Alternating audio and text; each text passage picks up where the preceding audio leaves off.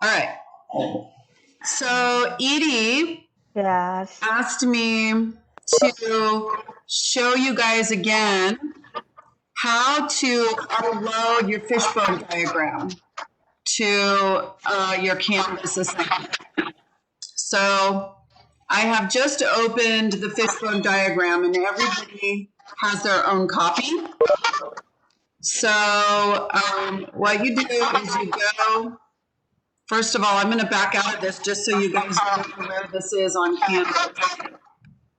Could everybody please mute right now because I'm getting some sound feedback? Okay.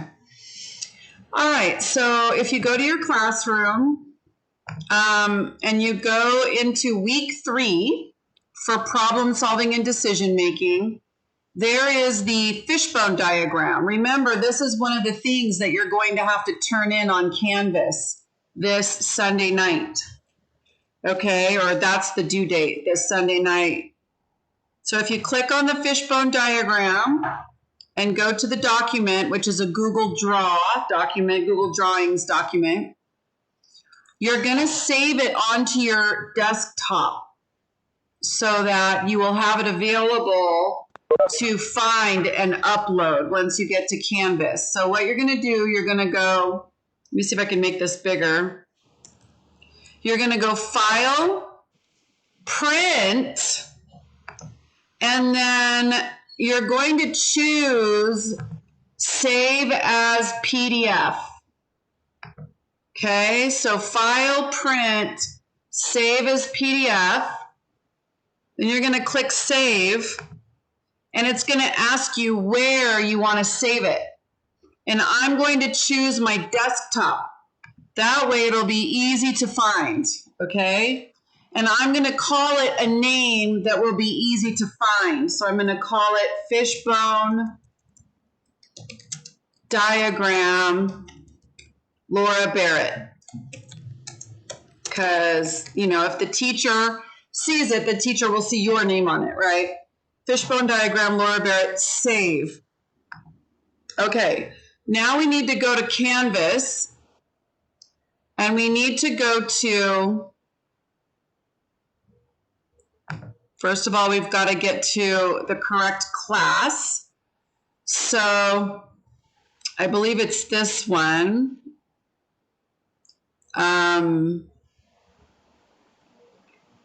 Yes. Yeah, this is the one. Okay, then we're going to go to, I'm going to make this bigger so everyone can see. We're going to go to modules.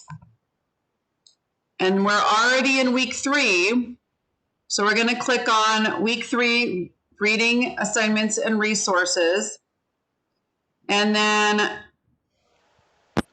I think it was your final exam, right? Was it your final exam? Okay, so if you click on final exam, yes, so explain how you might use a fishbone diagram. Draw an example of a simple fishbone diagram to identify why your cell phone or other piece of equipment might not be working. Okay, so that was the first question. So if I click submit assignment up here, this is only part of my assignment. So you know what? You probably need to embed this assignment inside of the other document because I'm not sure this lets you upload more than one document. Oh, it does. Add another file. So maybe it will. So let's see. We're going to choose file, and then we're going to look on our desktop, and here it is, Fishbone Diagram Laura Barrett, the one I just saved onto my desktop. If I double click it, oh, it says this file type is not allowed. It has to be a doc, a docs, or an RTF. So it doesn't accept a PDF. So let's try something different. I'm going to cancel this. I'm going to go back out. So let's go back to our IET classroom. So what I think we should do then is copy and paste this into our final exam document, which is a Word document. So I think I could Windows Shift S. I wonder if this will let me do it. Highlight it, and then it will save it. So I went Windows Shift S. I saved it, and then I'm going to go back out and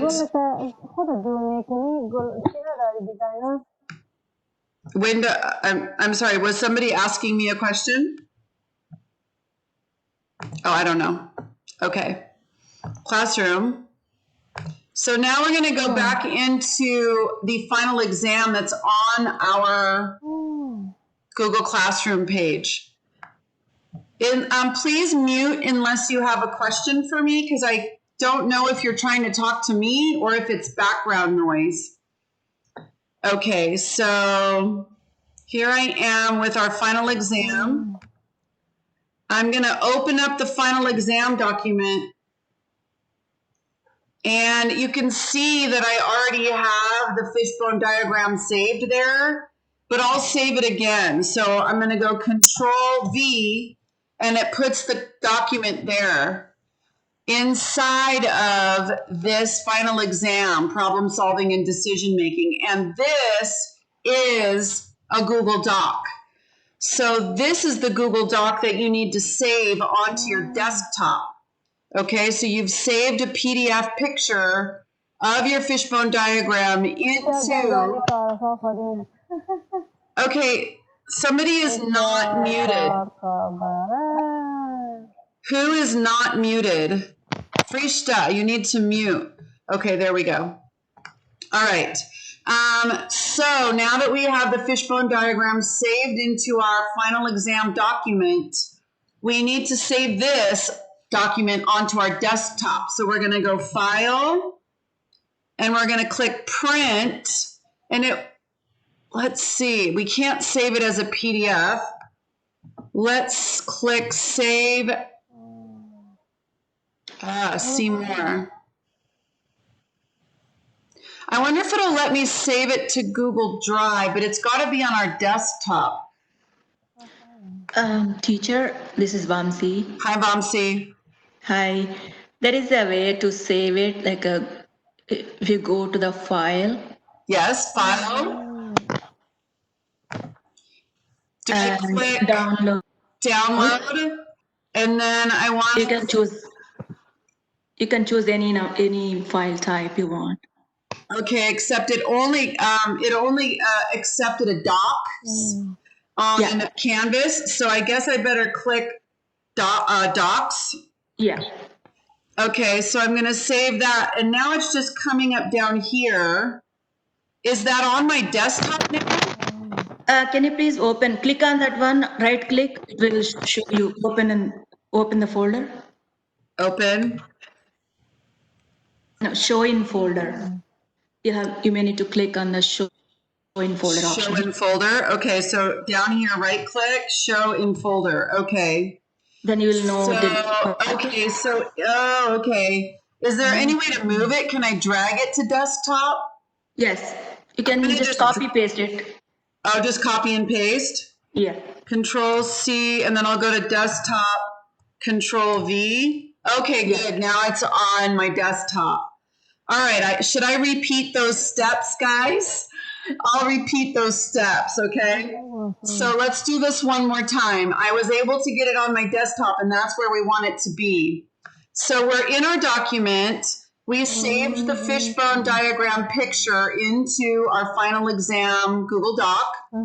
But we want this document to be on our desktop. So we're going to click File, Download, and then we're just going to click Microsoft Word, because that's what we need to put it in to get it onto our desktop or onto our computer.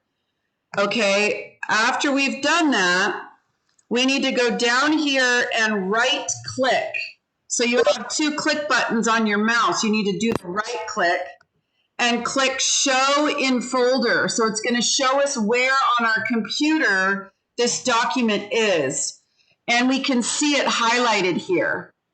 Okay, so we're going to click Control C, and then we're going to click on desktop, and we're going to click Control V. And now that document is on our desktop. Okay? So Actually, you now, can upload it. Sorry. and now we need to put it onto Canvas. So I'm going to go to Canvas, to the final exam assignment page, and I'm going to click Submit Assignment, and then I'm going to choose File, and I'm going to look for Final Exam, Problem Solving and Decision Making. That's the one I just put on the desktop. I have it there twice because I save it there twice. So it says Week 3, Final Exam, Problem Solving and Decision Making. That's the one. Double click. And now that file is here. It's showing up here. And I'm going to click Submit Assignment. So now I just, I submitted my final exam. It gave me a little party.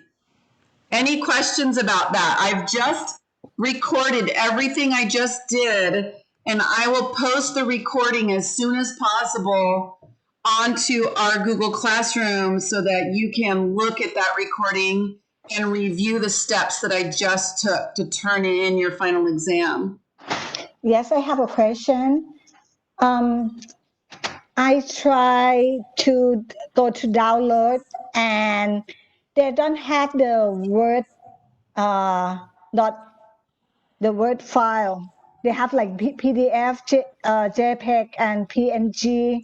Okay, let's see which file types are allowed on this page. There were a few. So if I say resubmit assignment, let's see, choose file. And then let's just try a PDF and let's see what happens. Okay, it says it allows a doc, a docs, or an RTF. So did you have any of these options, doc, docs, or RTF? I don't have doc, but I will try it. I think there was RTF as a choice. I don't have it. I have PDF, JPG, PNG, and SVG. Do you have any advice, Vamsi? She doesn't have the correct file type to choose from. Alternatively, what you can do is you just copy the fishbone diagram and open a Word doc in your computer and paste it there. Oh, okay. I will try. Into a Word doc? Yeah. Okay, just run directly onto her computer. That means you're going to have to copy and paste the whole final exam as well. So I'll show you that method as well. So I know what she's talking about. So let me go back out and we can do it this way as well. So if we go back to our Google Classroom final exam and we're in the document, I can copy and paste the entire document. So if you go File, Select All, right? Where's File, Select All? Okay, I guess I just have to drag and highlight the whole thing. Is this right, Vamsi? Then I'll just copy. I'll go Control C. Yeah. And now I'm going to go to my desktop and I want to find the Word program for Microsoft Word, right? Yeah. Okay, so where is my Microsoft Word program? Here's Microsoft Office. And then you can type in the search box, it will show you. Okay, Microsoft Word. Yeah, just say Word. Yeah, there you go. All right, there it is. All right, Word. And then open up a blank document. And then Control V. Now that whole entire final exam is now in your, although this part didn't seem to paste over very well. I don't know why. Can you please maximize? Let's see if it Maximize. copied Okay. Oh, it the looked like document. it was fine. Okay. Oh, I yeah. don't know, where did I go? I went back to, I needed to maximize this one. Here we go. Oh, it looks like it's working. Let me see. Oh, no, it's not. I don't know, but we can drag these over, I think. Let's see. What I was doing is I'll just copy the question and the respective answer, like a document itself, not the table like that. Mm-hmm. Okay, so now I have this in a Word document on my computer. I can click File, Save As, and we can save it onto our desktop. Let's see, what's the name of it though? I don't know if I named the document. Where do I name it, Vamsi? No, just click on the desktop and then it will ask you to Got it. Okay, and then we'll call it Final Exam. I'm just going to call it Final Exam 3 for week 3. Okay, so I'm going to click Save. Now it should be there. Let's try this again, guys. So for those of you who don't have the correct type of file, you can do it that way. Copy it out of the doc and paste it into a Word document and save it on your desktop. And then, I'm recording all of this so you can go back. All right, so let's go back to our final exam. Let's try this one more time. So this is way number 2 for turning in your final exam.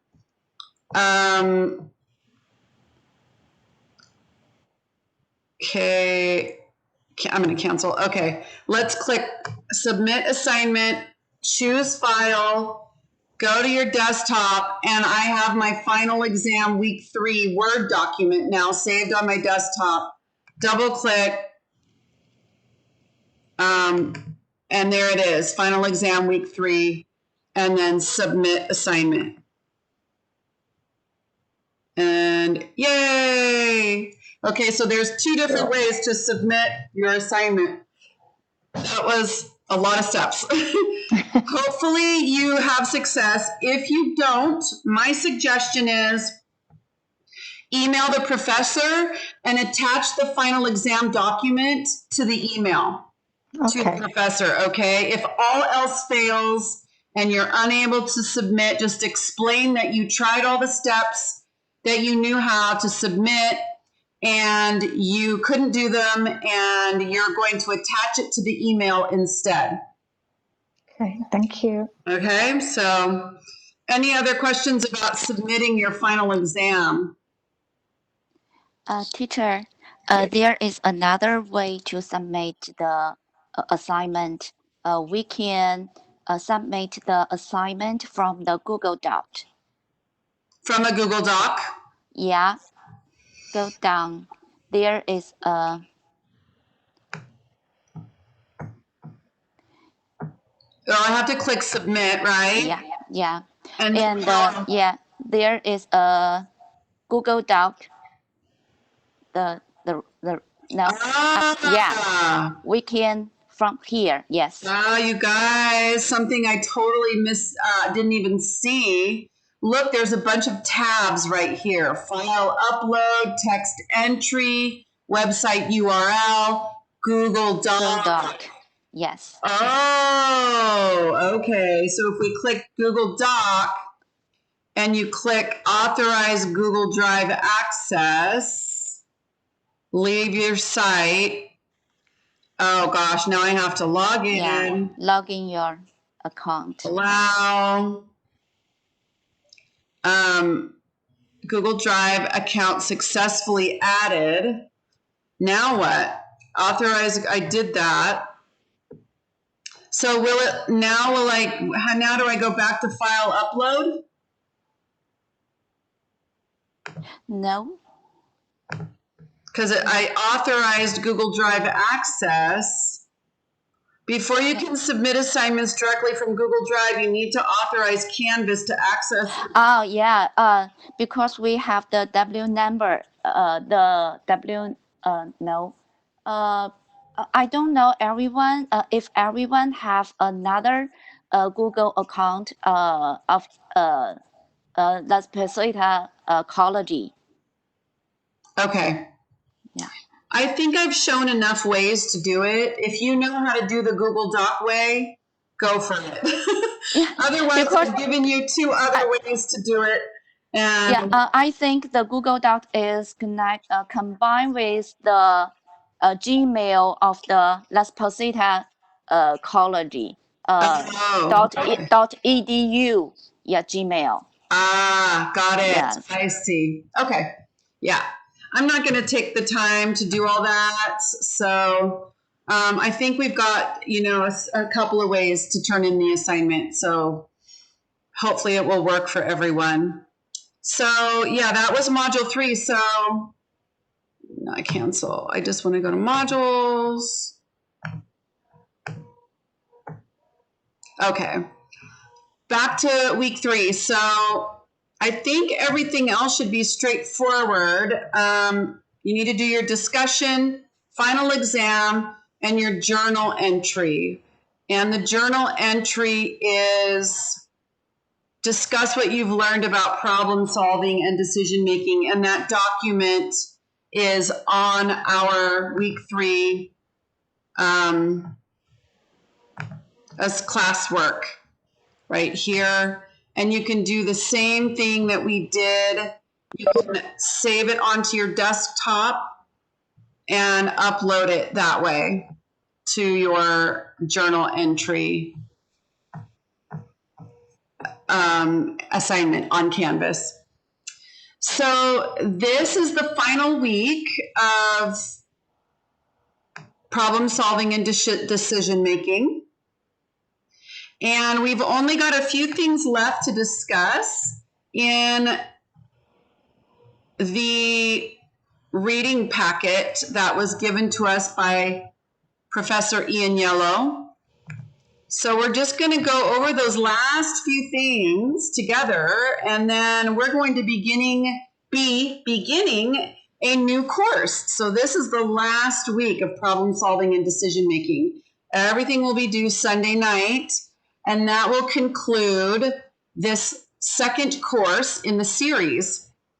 So let's just do that. Let's finish up the reading packet that we've been going over together because Professor Ian Yellow did not have videos to go with her reading packet. And last time we talked about creativity and we discussed how to do a 10 by 10 by 10 matrix and a 40, 20, 10, 5, cutting down your problem, the words in your problem. So we did those together. So now we're to discussing problem solving at work. And so this little section just talks about why problem solving is so important at work. Why is this a valuable skill to have? And one of the things they say is it improves efficiency. So efficiency means that you get more work done in a smaller amount of time. And that's a very important skill to have when at a job because it makes a business more profitable. If you can get more work done in a smaller amount of time, the company can make more money. And basically, that's what a business is all about, right? Making as much money as they can while still producing a good product with good customer service. They want to hit all of those categories. So it requires that employees have soft skills. So this word, soft skills, it basically means attributes and traits that an employee has that can be valuable to a company. Those are soft skills. Hard skills would be like, you are able to put a machine together or something like that. And a soft skill has to do with your personality and your mind. So that's why they call it a soft skill. A hard skill would be something you do with your hands physically, and a soft skill is something you do with your mind and your personality and the way that you interact with people. So companies really, really place a lot of value on an employee's soft skills. And problem solving is a big one, because if you can problem solve and make your work and other people's work more efficient, it's going to mean that they make more money. So according to Indeed.com, so this is a hiring website. It's a website where you upload your resume, and potential employers can look through all the resumes on the site and decide if they like your resume and if they are interested in interviewing you for their open position. And these are the skills, these soft skills, that are very valuable to potential employers. They are looking for active listening. So what does it mean to be an active listener? I'm going to do a demonstration of listening twice, and you tell me the difference between the two. So, Edie, I'm going to ask you to unmute. And I want you to tell me something about your day. Okay, just start telling me something about your day.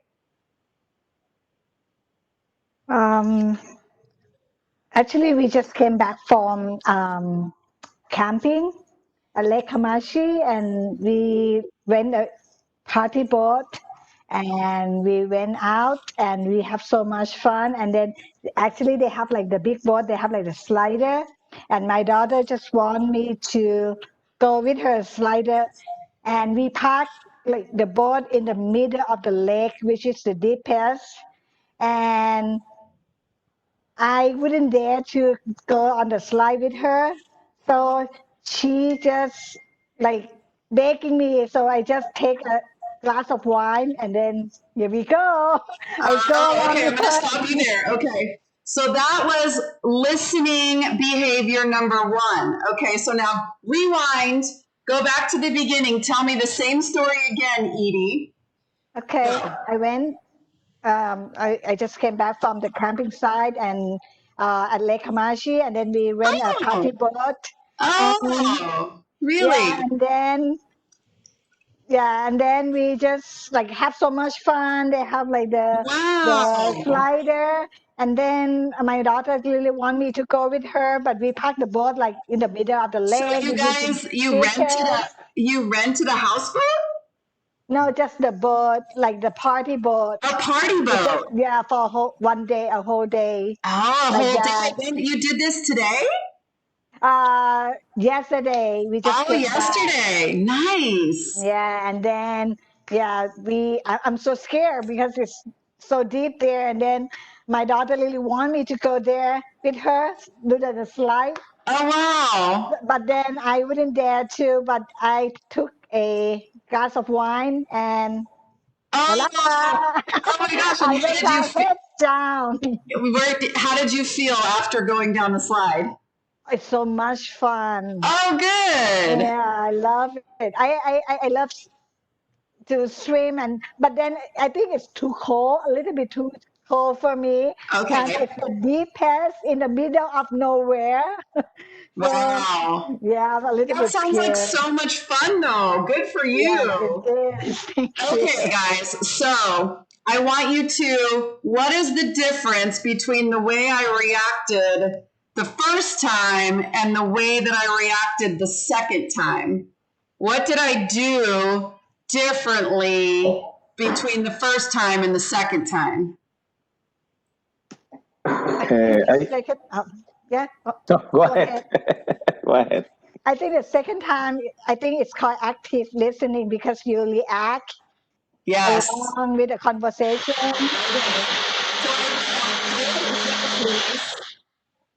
Sorry. Oh, so one is I reacted with my facial expressions and my body language. What else did I do, Luis? You connect with the idea and complete it with another example, and Yeah.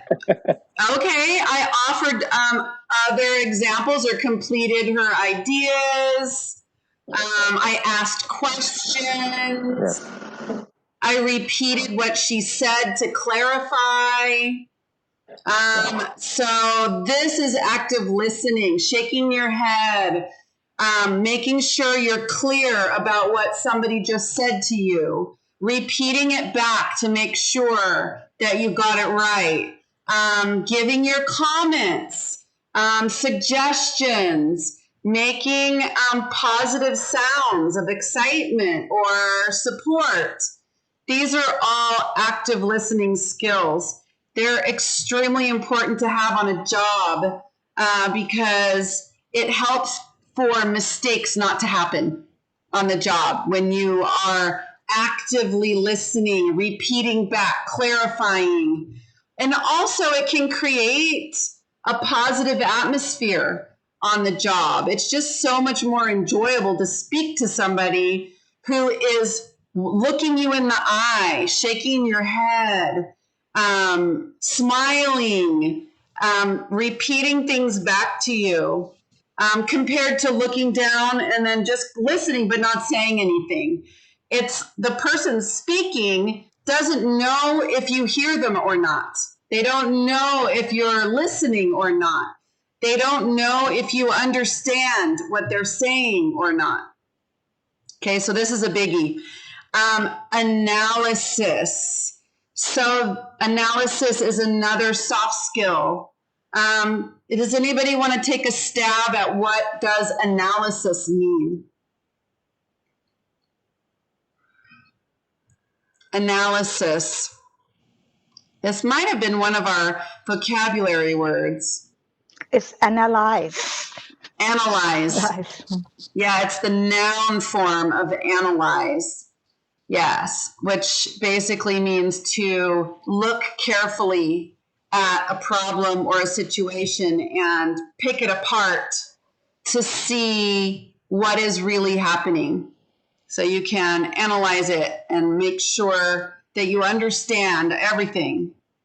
Research, communication, dependability. This is a huge one, very huge. Team building and decision making. So I would say dependability and team building are two other really important qualities. Dependability just means that you actually do what you say you're going to do. You follow through. If people at work cannot depend on you, they're not going to trust you. They're not going to give you projects to do. They're not going to give you work. They're not going to depend on you to help other people or do extra jobs. It's a big trait. And team building. So when you're at a job, most of the time you have to interact with other people. It's a very important thing. Let's go on. How can you improve your problem-solving skills at work? Gaining more experience in your field is a really good way. So, has anybody had experience with this? Taking classes or getting more education in their field to become more valuable at your job? Has anybody tried this or done this? I mean, this class is basically that, right? This class will make you more valuable at any job, right? But I don't know. How about, I know, Marina, you're looking for a job right now. Have you tried taking, and I forget which type of job you're looking for. Yeah, I'm looking for a financial analyst position, and yes, I'm often try to learn something new, and I often take some courses, some professional courses to stay knowledgeable. Oh, good. That's great. So she's looking for a financial analyst position. So she's staying current. This is a type of job that changes and gets more modern with new technology. And oftentimes there's probably new computer programs. Am I right, Marina? Yeah, it's always change, and yeah. I have a career gap about 3 years because I'm on maternity leave, and now Yes. I need to learn, again. Yes. It's very important to stay current. You don't realize that when you are out of work, you're missing new things that are happening in your field. And Marina is talking about this. She has to stay up to date because there's new computer programs that financial analysts use. And I experienced this when I stayed home with my kids to raise them, and I came back to teaching after many years. I felt completely lost when I came back. It took me about 3 years to get up to speed with everything that was going on in education. As you can imagine, computer technology has changed education drastically.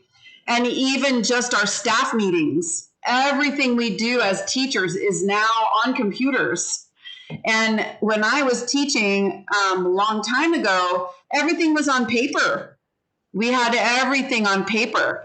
So it took me a long time to understand how to use all of the new technology online. I felt crazy and not prepared when I came back. So that is a really important thing to do is make sure that you stay current in the field that you're looking to be employed in.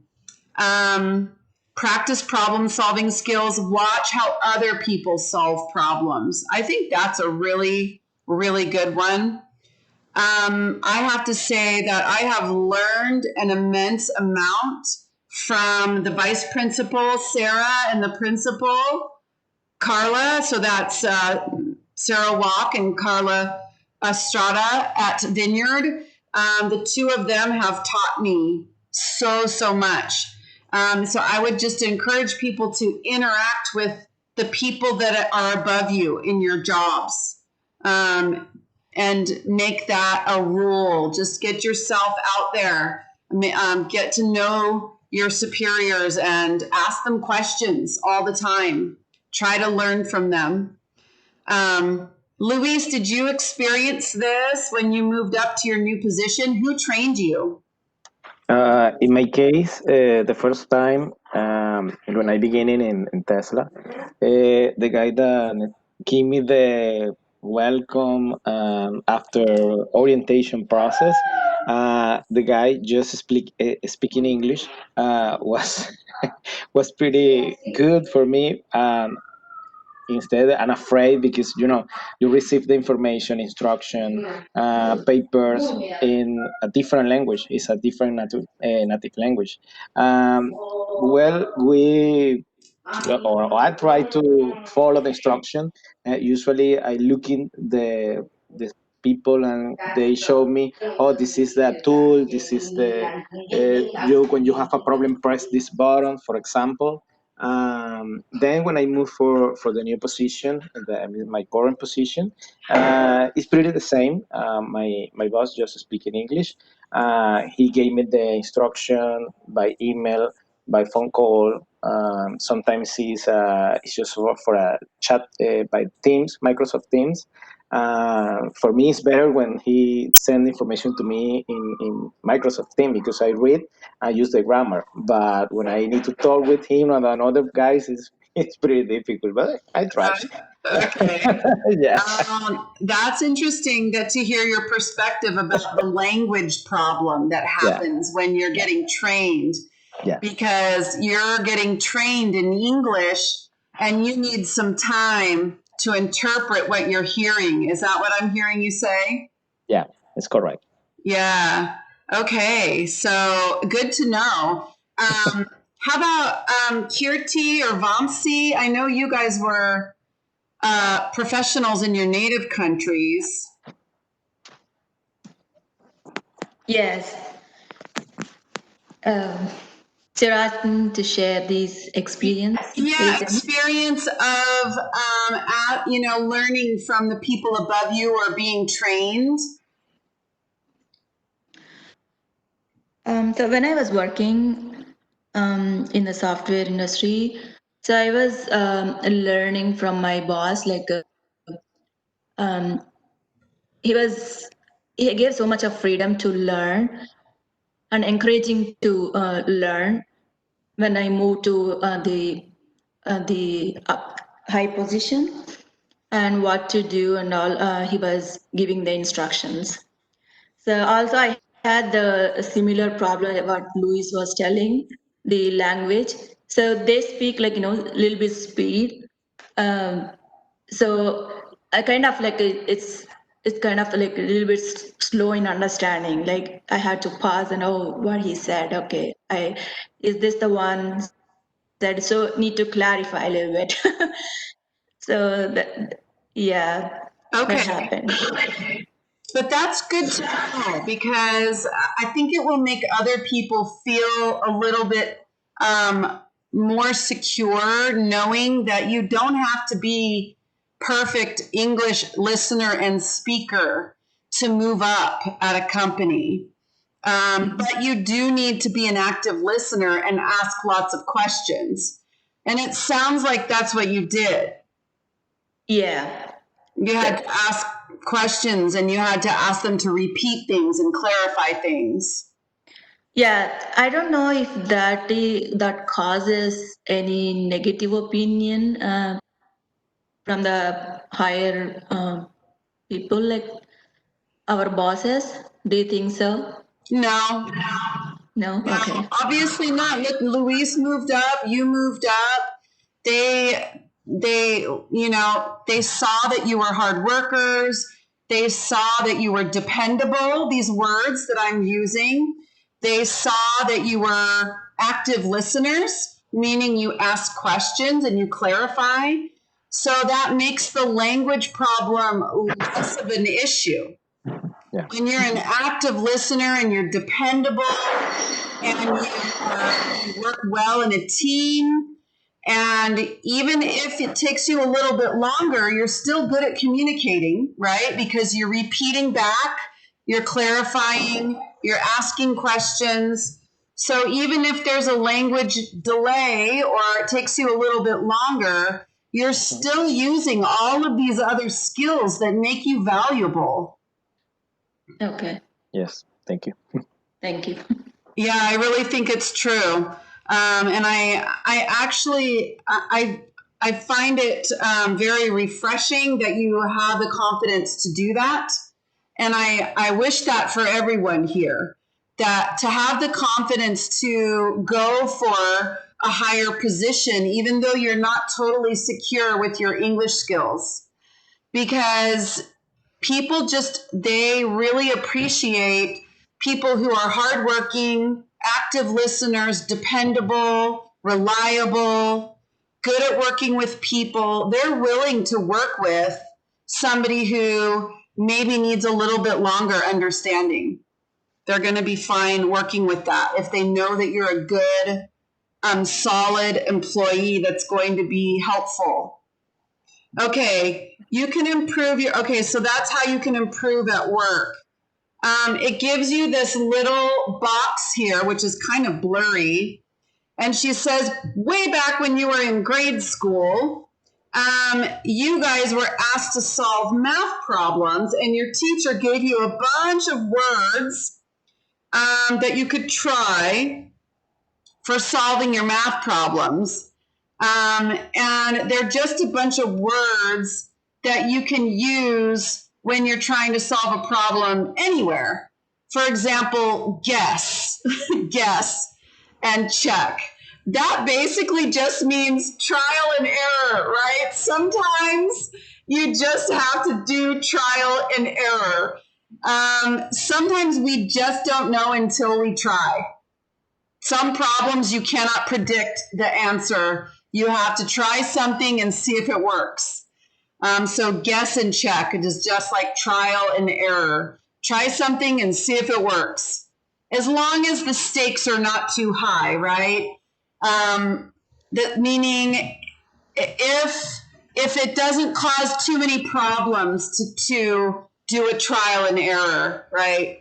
So for a production line, like what Luis was talking, it's a little bit more risky to do trial and error because you have a whole production line you're dealing with. So it'd be less likely that trial and error would be a good idea. And then other things like make a list, eliminate possibilities, meaning look at the list and cross off the ones that don't seem like they're very probable. You know, oh, not that one. No, probably not that. Probably not that. Eliminate. And all these different words. All right, so the next section is the steps to decision making. And this is the last section, I guess, before the end. So there are actually, just like we had steps for problem solving, we have steps for decision making. And it says, identify the decision that you have to make, gather all of the information, identify the alternatives, weigh the evidence. Okay, these are my alternatives. Which one is going to be better? Choose one among the alternatives, take action, and then review your decision. See if your decision was a good one. So I know that you guys all wrote about some decisions that you've made before. So I'm going to go to our Google Classroom and I'm going to look at some of what you guys wrote because I thought they were really good. I was entertained by the things that you wrote and actually found you guys to be very strong and flexible people, you know, dealing with brand new situations and making decisions. So I'm going to go to, I think it was your journal entry, if I'm not mistaken. Let's see. Let me go here.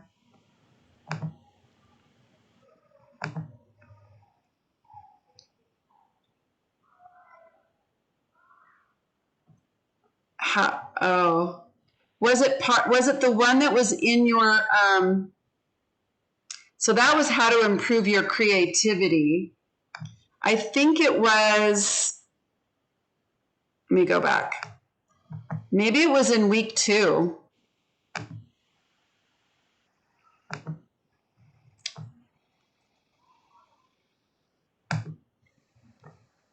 Week 2, reading questions or journal entry.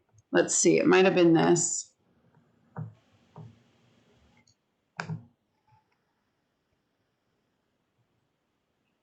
Okay, yeah. Describe a time when you had to make a difficult decision. Okay, so Salvador, this is yours. Describe a time when you had to make a difficult, oh, this is Reina. Okay. Yeah, it's not mine. I know. I saw yours there, though. I'll do yours next. Okay. No, please. No, I won't if you don't want me to. No, it's okay. It's okay. No problem. I have no problem. Okay. I definitely listen to you. If you feel embarrassed at all, I will not force you to share. Can I share yours, Reina? Yes. In 2018, I was working for a company in Japan as a translator, Japanese to Chinese. My work was interesting, but the salary was very low and I didn't have any opportunities to grow. I wanted to change careers to a company where I could learn business skills and then later establish my own business. However, at the time, I was planning to migrate to the US to live with my fiance within a couple years, and I was worried about how my job history would impact my visa. I decided to stay at the company and postpone changing careers until I moved to the US. It was a difficult decision because I wanted to start growing in a better career and leave the dead-end job. But I was concerned that a recent change in employment would negatively affect the visa approval process. Do you think it would have, Reina? Yes, because the visa process is very complicated. Mm-hmm. I don't know about these things. I'll take your word for it. So they want you to be stable and they want you to be working at the same company, huh? Yes,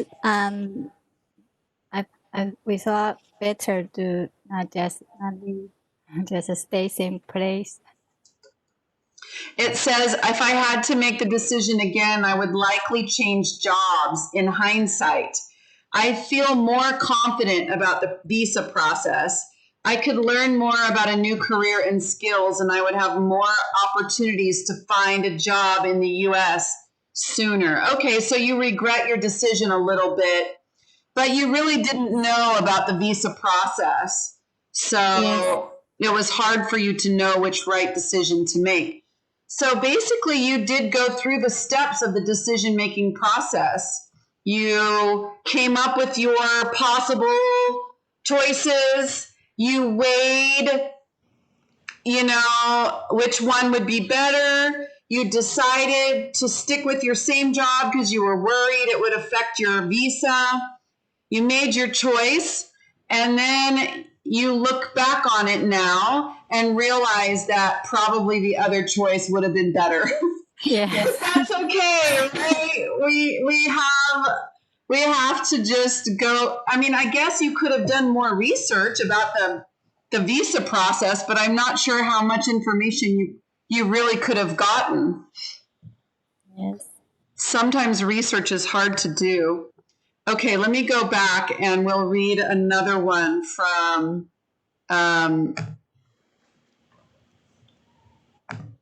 Sal. Is it okay if I read it, Sal? Yeah, okay. Or how about you read it?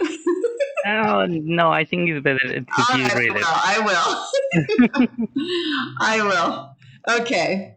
Way back in 2008, before the housing crisis, my brother and I were deceived by a group of people that just wanted to make money. At that time, my brother had some money savings, and we decided to buy a house, of course, influenced by a clever realtor. This person creates a perfect profile in paperwork, too far from reality. Looks like they just make people apply and perfectly qualify for the loan. Your credit score was not bad. The Yeah, but problem was we did not reach the desired monthly income. At the time when we were out looking for a house and finally decided for one, we had to give more than $5,000, something called a good faith deposit. Of course, we lost the money and this happened again, but the second time it was less money. After losing my brother's savings, we decided not to continue with the idea of buying a house. It sounds like you were the victim of some fraud. yeah, that was it. Yeah, we The was difficult part of this experience was, of course, losing the money. For sure, I will not do it again. I let my emotions decide for me and start to use other research at the time to buy a house again.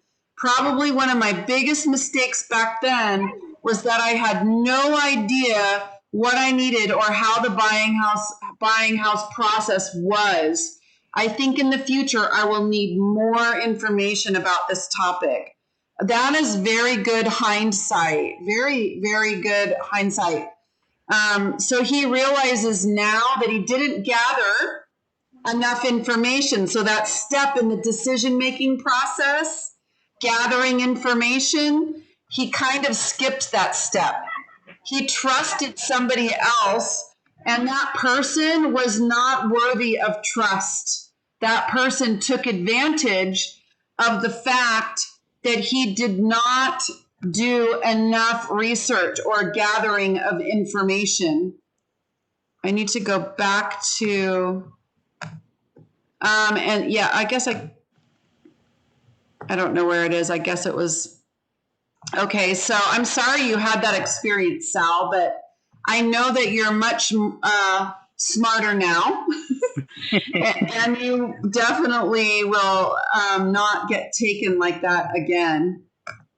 But I'm afraid to try to be on the process again. So Yeah, I I'm don't kind of blame scared. you. I don't blame you for being afraid.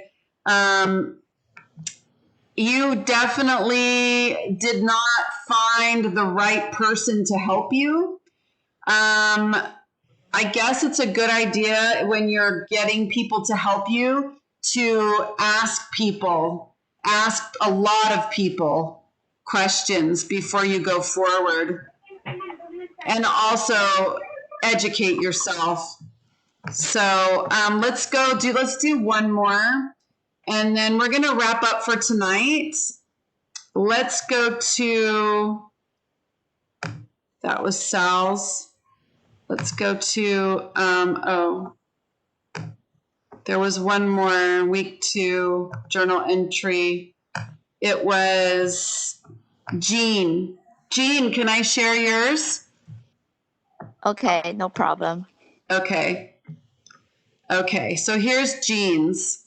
In 2016, my family and I were living in Beijing, the capital of China. Due to the high-speed development of the city, the air was polluted heavily. It was almost smog. It was almost smoggy every day in winter. My husband was allergic to the smog and felt so unwell. He would like to immigrate to America. I didn't think the situation was so terrible that we must move so quickly. Furthermore, I had a good job in Beijing, and I had been used to living there. I had discussed it with my husband for several months. Although my husband told me the fresh air of America would benefit his allergies, and he was also so eager to go to America to work, and my daughter would have a better English education, I was anxious during that period. It was a difficult decision for me. Although I agreed with the reasons and goodness my husband had told me, I knew there would be a lot of difficulties after we immigrated to America. The language, the law, life environment were all new to us. We had to leave our parents and friends. I would lose my favorite job. Finally, I agreed with my husband's decision because my husband had an opportunity to transfer to America to work quickly. If I had another chance to make the decision again, I wouldn't hesitate for a long time. I would try my best to prepare for the immigration. I would study English in China and go to an international company to work. So you like your decision, Jean? Was that right? Yes. Good. So you feel happy. So did you feel that way in the beginning, or did it take you some time? Yes. It spent me for a long time to make the decision. But when I make the decision, and I very quickly to move to American. Yeah. From I make the decision, I spend 1 month to quit my job and deliver my equipment, buy the airplane ticket, fly from China to American, just 1 month. Oh my Yeah. goodness, that's so quick. Yes. Oh my gosh, it must have been difficult at first. Yes. But you seem like you're doing well now. Mm, I think when I moved to American, I just went to the Pleasanton Library and Las Positas College to study English. Yeah, I Okay. hope. Yeah. That's good. So you did many things to help yourself be successful. Yes. And that's sometimes making a decision, it also is affected by how well you carry out that decision, right? So Yes. it could have been a bad decision if you didn't take English classes, if you didn't look for a job, and you were just sitting at home every day, not doing anything, then you might have felt differently about your decision, right? Yes. So you did a lot of work to make your decision be successful.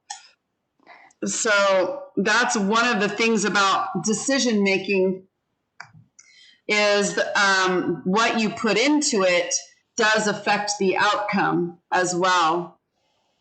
All right, so I'm going to go back to our classroom and go back to the reading packet. And let's just look and see where we are. I don't know if we're going to finish up this entire reading packet.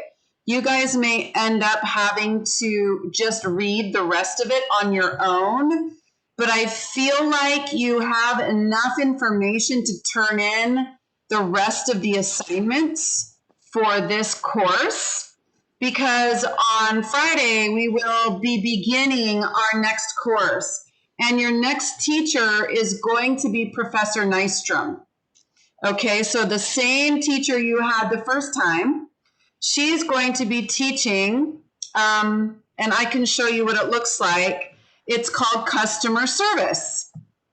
So if I go back to Canvas, and you go to Canvas, pretty soon on Monday, she's going to publish her course. And it is green like this, okay? This is your third course in the series, right? So you took this one first, you took this one second, and now this is your third one, customer service. And on Friday, we're going to start going over all of the information and assignments that are going to be due for customer service. Again, she's going to have three modules. It looks like I have module 1 here. Okay. So I think, let's see. Yeah, there's module 0, which is just the introduction.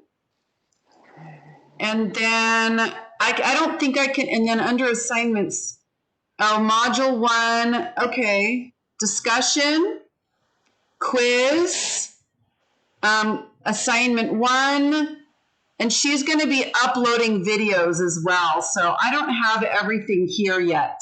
So on Friday, everything will be uploaded and we'll be able to look at everything and prepare for the next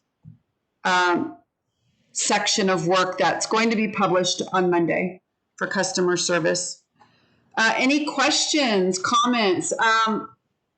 I guess we pretty much covered everything. You have to do your discussion, final exam, journal entry for week 3, and that's what's due this Sunday. Any questions or comments? All right, it's 7 o'clock. I think we're going to call it a night. I'll see you guys on Friday, okay? Okay, thank you so Okay, much. thank you. You're welcome. Have a great night, everyone. Yeah, good night, everyone. Good night. Bye. Thank I'll put you. this recording up on our classroom as soon as possible. Okay, thank you. Excuse Bye. me. Good night. What did you say? Sorry, I didn't